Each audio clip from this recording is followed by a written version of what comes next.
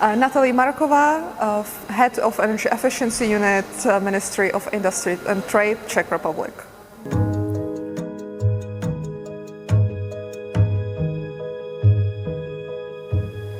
I think the role is substantial and is big, but it's just one of the part of the whole cake of tools we have to really fulfill to get to energy security. And I think one of the things we usually or often forget is the way how we are using really the buildings. So we calibrate our heating well enough.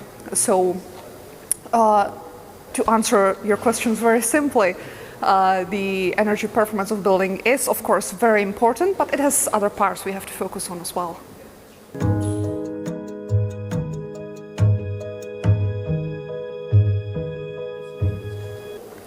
I think it was. The problem with renovations and energy efficiency in general is that it's a very long-term solution. Of course, it can be sped up, but to do it very well, you need time to actually plan it.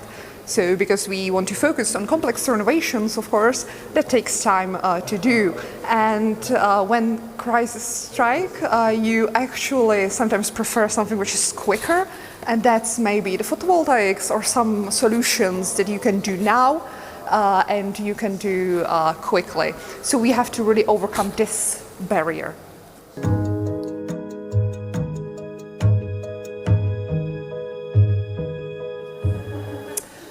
The focus is definitely shifting because there is a whole bunch of technical issues you have to actually deal with when you are talking about supply, and you cannot put photovoltaics everywhere.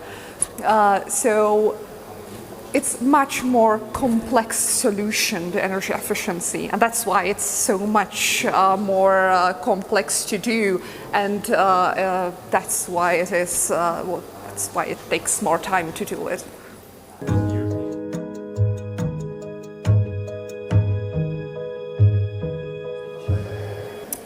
I think, and I've heard this somewhere, that the EU legislation is only as good as the national implementation.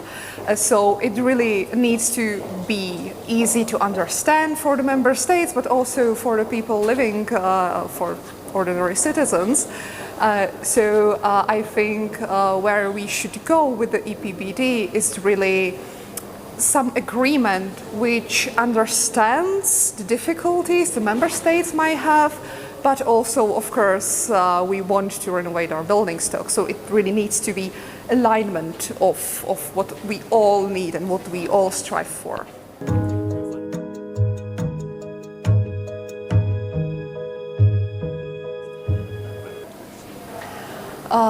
Actually, it's a very interesting question because I think it's all three of those.